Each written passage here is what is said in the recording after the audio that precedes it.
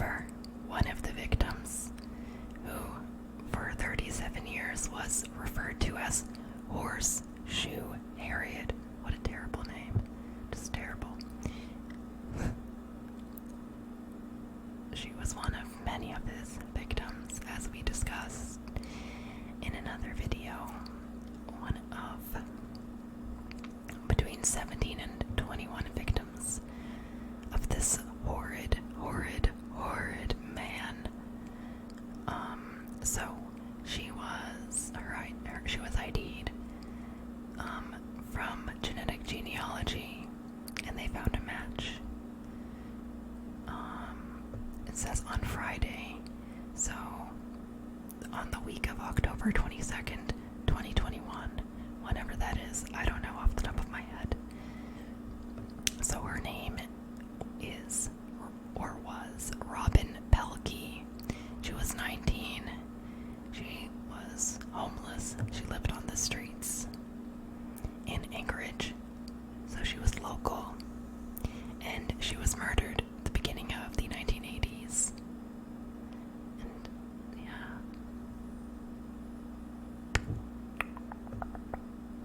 And again, the only woman who has not been identified is, again, Eklutna Annie. And they believe that she was his first victim. Her body was found near Eklutna Lake, which is north of Anchorage, hence Eklutna Annie. They have been working on genetic genealogy,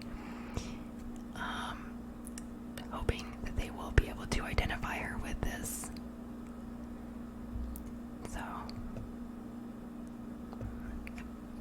So a gentleman working on this case says, "We really got our fingers crossed that we may find out who Eklutna Annie is," saying that this could take up to a year. Among the skeletal remains found in 1984, Pelkey was discovered lying on the ground near Horseshoe Lake, near the Little Susitna River, just a few miles north of Anchorage, according to troopers. They did not have an ID on the body, and again, that woman became referred to as Horseshoe Harriet, though now we know that her name is Robin Pelkey.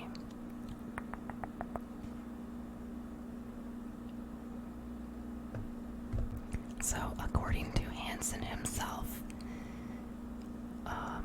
Pelkey was a sex worker, and he abducted her downtown in the winter of 1983. According to him, he took her on his plane to that lake, where he murdered and discarded her body. He also claims that he did not know her name or really much about her at all. So, they did not find a missing persons report matching her. And she had been buried in the Anchorage Municipal Cemetery as an unknown individual. But the case was later reopened in 2014, and this is the same year that Hansen died in prison. So after they exhumed her body, they took some samples to come up with a DNA profile, and they added this to the FBI's National Missing Persons database. But again, this did not allow them to identify her. So then in September of 2020, investigators tried their hand at genetic genealogy, and they took a bone sample, sent it to a private lab, and then more DNA was extracted and sent for whole genome sequencing. Then they sent this information to another lab,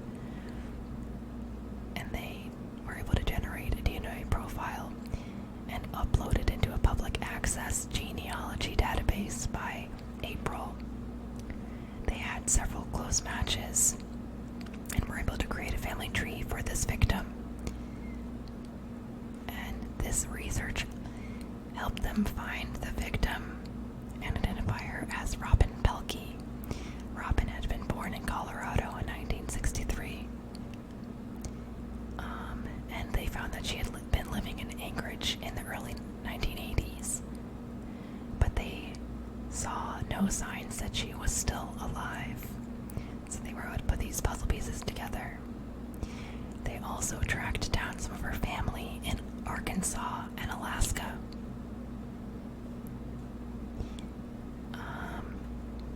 Families saying that she lived in Anchorage in the late 1970s, but that she had moved to Arkansas as a teenager before coming back to Alaska in 1981, where she lived with her father and stepmother. But troopers said that she ended up on the streets, and then towards 1982 and early 1983, she disappeared completely.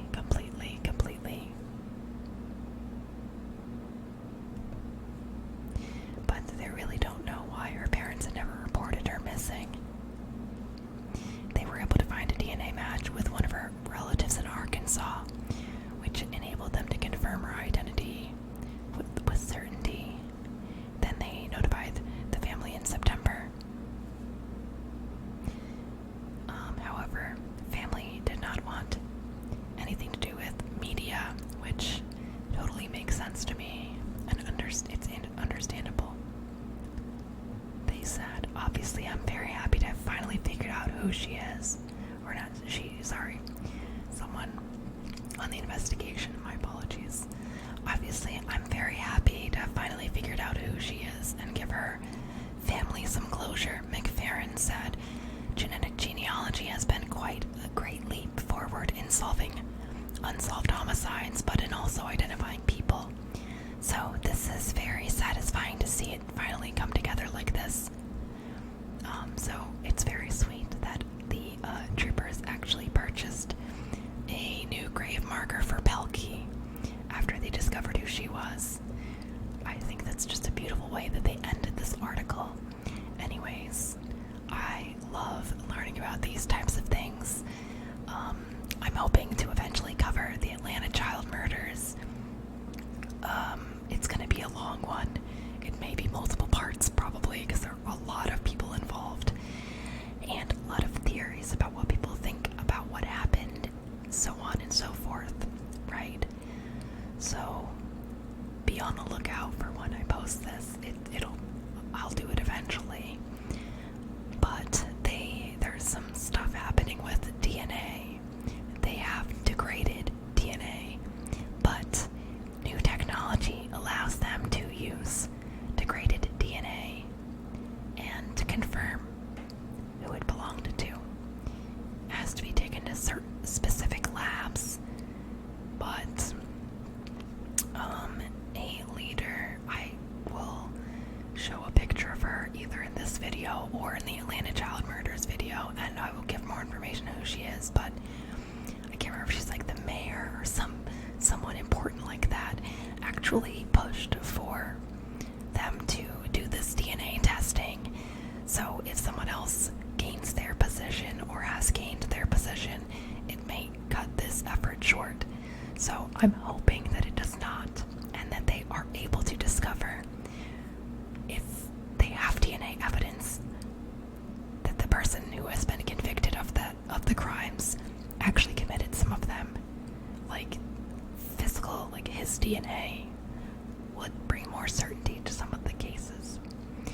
But I think it is possible we may never really know for sure if he committed all of them, if they're all related. It seems pretty complex to me. So, anyways, I sincerely hope you enjoyed listening to this video. I felt like it was a little more heartening, just heartwarming to know that women who were forgotten are no longer forgotten. They have a name connected to their death.